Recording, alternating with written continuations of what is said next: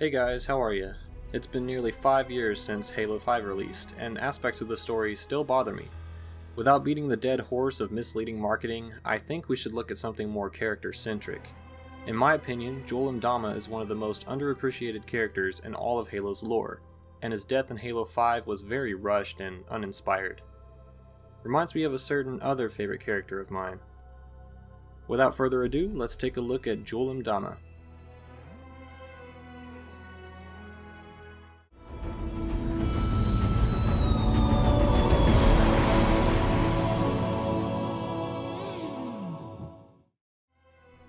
When Halo 4 released, there were quite a few things that were only mentioned and not expanded upon, as well as many things that required outside media knowledge, such as books, comics, etc., to understand. These included, but were not limited to, why are we fighting Covenant again? How did John's armor change? Who's the Didact? This also assumes not many people played Spartan Ops.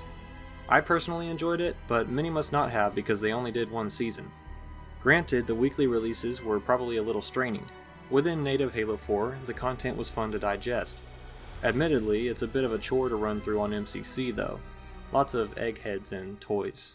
For the eggheads, so those eggheads don't. The eggheads? Do some eggheads. Got some eggheads on the resupply. See if the eggheads know.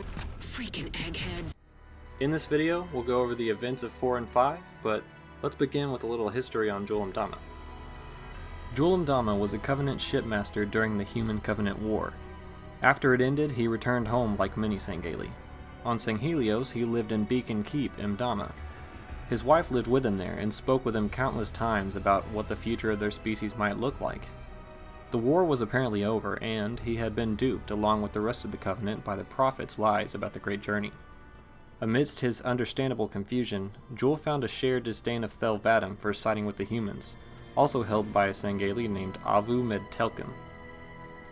Telkim led a religious group called the Servants of the Abiding Truth. This group still worshipped the Forerunners and saw the Arbiter as a heretic worthy of assassination. This union filled Jul with energy, fueling him to partner with a friend named Forze in order to steal a working Covenant ship and stage an assassination on the Arbiter. After some time, Jul became curious of how Avu Med Telkim was supplying his army with so many weapons, so he decided to spy on him. While doing so, Jul witnessed Telkim dealing with humans out in the wilderness of the planet. He was outraged and confused. To add to his problems, a Spartan by the name of Naomi captured him there and almost killed him in the process. Things would only get worse for Jul. He was taken aboard the human ship and held for interrogation. After this dishonorable confinement, he was transferred to Oni Research Facility Trevelyan on the Forerunner planet Onyx, a shield world within a mind-numbing spatial Dyson sphere. There was no chance of escape, or was there?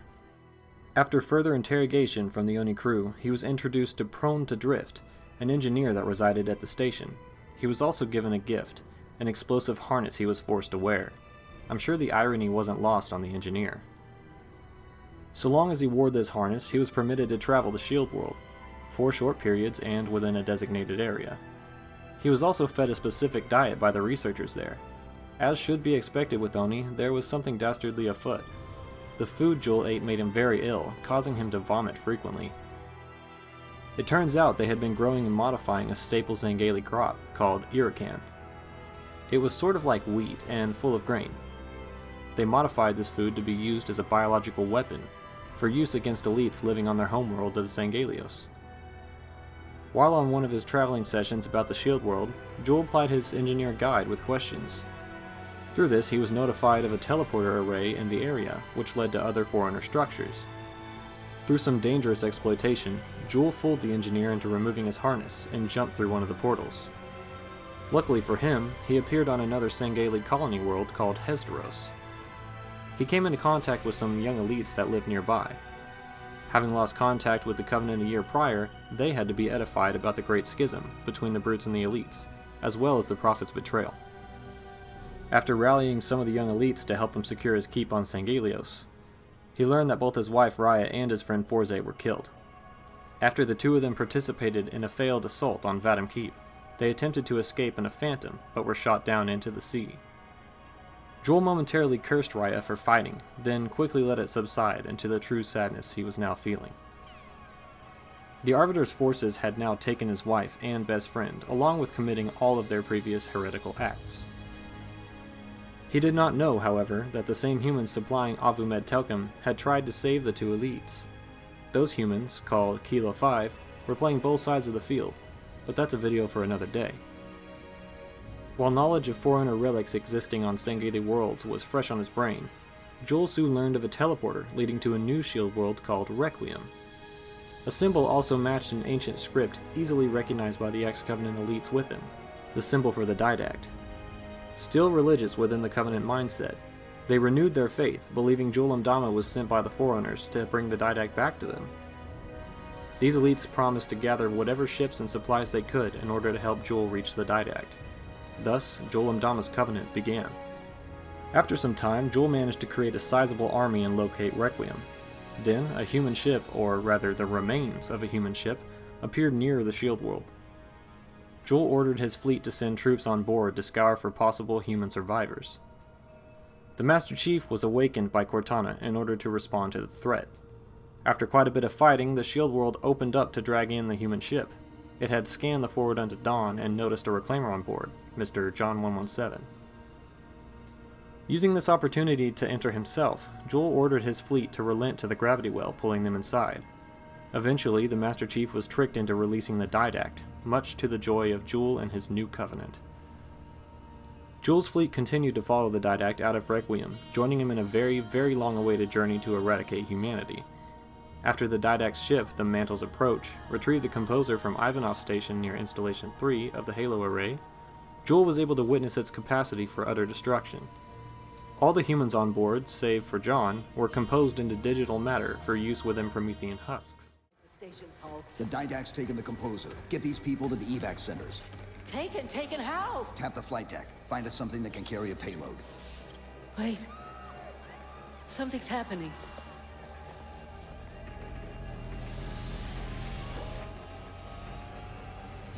Cortana, can you access the station's defense systems? They're not responding.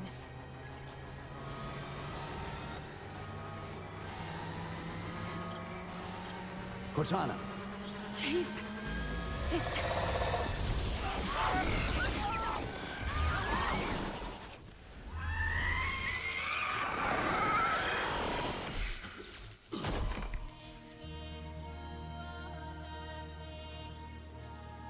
The Didact, along with Mdama's new covenant, then jumped to Earth, where the composer was used to glass the entire town of New Phoenix. Jul's satisfaction was at hand. Were it so easy. The Master Chief ended up destroying the composer and defeating the Didact, forcing Jul and the remnants of his forces to retreat. They went back to Requiem, and were surprised to find humans still researching on the planet. Jul's covenant were searching for more Forerunner relics. After a while, they eventually found one, but it was stolen by a team of Spartan 4s before Jul could examine it. A human scientist named Glassman messed with the Forerunner device and was teleported to a Forerunner construct on the surface of Requiem. He was soon found and captured by Jul and his battle group, who wished to use him to commune with a librarian. Apparently, this facility is where she was supposed to be held, or her remnants. Jul wished to speak to her and learn of other powerful Forerunner relics strung throughout the galaxy. Spartans were soon informed of Jul's location, however. He evaded them many times through the Shield World's portal system, but not before dropping a Forerunner object in the process. It turned out to be the soul of a Promethean knight. To add to all of this confusion, Jul somehow contacted Halsey and requested help to release the librarian. After being caught giving information to an unknown entity, Halsey was taken to the brig of the UNSC Infinity. She was later taken from the Infinity by Promethean Knights in order to get her to the Didact at the librarian's shrine. During the escape, Commander Palmer, a Spartan 4, shot her arm, which the Didact later amputated. Through some trickery, Halsey opened the shield and talked to the librarian. She was given the Janus key, a Forerunner object of apparent import. The UNSC arrived, taking half of the Forerunner object and escaping. Jul connected through Forerunner systems to set Requiem on a collision course with the nearby sun. If he couldn't have the object in full, no one could. The original plan was for the Infinity to be taken into the sun with the Shield World, but it escaped thanks to the help of Spartan teams on board. Both the Infinity and the Mdama-Halsey duo escaped before the destruction of Requiem. It is now where things take a disappointing turn. As convoluted as the Spartan Ops story was, it deserved a much better resolution than it got. Within Halo 5, it seems as though Halsey has no hatred for either Palmer or the UNSC as a whole. The Janus Key has never been mentioned again. Prometheans were now attacking Jul's Covenant again. Jul's purpose on Kamchatka was not clearly apparent. At least until he was killed in a cutscene by Fireteam Osiris' leader, Spartan Locke. This was, I think, done in a kill two birds with one stone type of scenario. 343 wanted to simultaneously erase all connections to Halo 4's story while also making Locke look cool. In my opinion, neither of those things worked. After having played all of Spartan Ops multiple times through, as well as reading 3 books building up Jul's character, I was really itching to see him attempt revenge on the Arbiter Leviathan. It was the Arbiter who ended the Covenant's holy mission. It was he who dealt with heretical humans, and, most importantly, it was his forces that killed Jul's best friend Forze and his wife Raya. Instead of dying in a cutscene in Mission 1, Jul should have had an honorable duel with the Arbiter, even a cutscene maybe. Imagine this. Jul's forces finally storm Vadim Keep, where they are greeted by the Arbiter. Both Jul and Thel tell their personal forces to not interfere. Then we get to watch an awesome duel between the leaders of the two forces, where Thel eventually beats Jul Mdama as well as the Covenant once and for all. I honestly have no idea what happened during the writing of Halo 5's story. It's no news that people didn't respond well to it. It made little sense, had way too many main characters, contained little continuity, etc. I once tried to write a video on this, but quickly stopped. While recording audio, I hit the 40-minute mark nearly halfway through my script. Jul is among many characters that have been done wrong in the series. I would say things are boding well for the future of Halo's story, but other than a few locations and images of the game, which releases this year, we don't have much evidence of that. Oh well, rest in peace, Jul.